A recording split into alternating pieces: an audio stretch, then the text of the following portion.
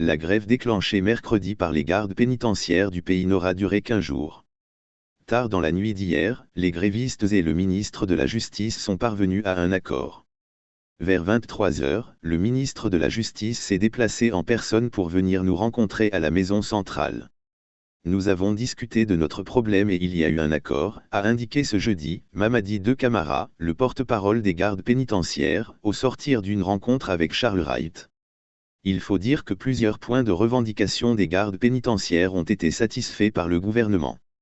Déjà, mercredi, 94 nouveaux agents de l'administration pénitentiaire ont été engagés dans la fonction publique et mis à la disposition du ministère de la fonction publique et des droits de l'homme. 15 contrôleurs et 16 inspecteurs de l'administration pénitentiaire ont été également engagés.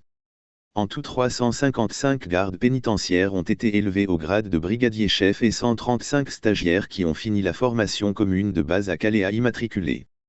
Nous remercions les efforts consentis par notre ministre en ce qui concerne l'émergence de ce corps. La grève n'était pas contre quelqu'un, c'est un droit que nous avions demandé et ce droit a été considéré par les autorités du pays, nous les remercions, a dit Mamadi De Camara. Concernant l'application du statut particulier du personnel de l'administration pénitentiaire, l'un des principaux points de revendication, un arrêté conjoint devrait être signé dans les jours à venir par le ministre Charles Wright et ses homologues des Finances et du Budget. Mercredi, Charles Wright a d'abord tenté d'isoler le meneur de la grève, Mamadi De Camara, en appelant les autres gardes à se désolidariser de sa démarche personnelle.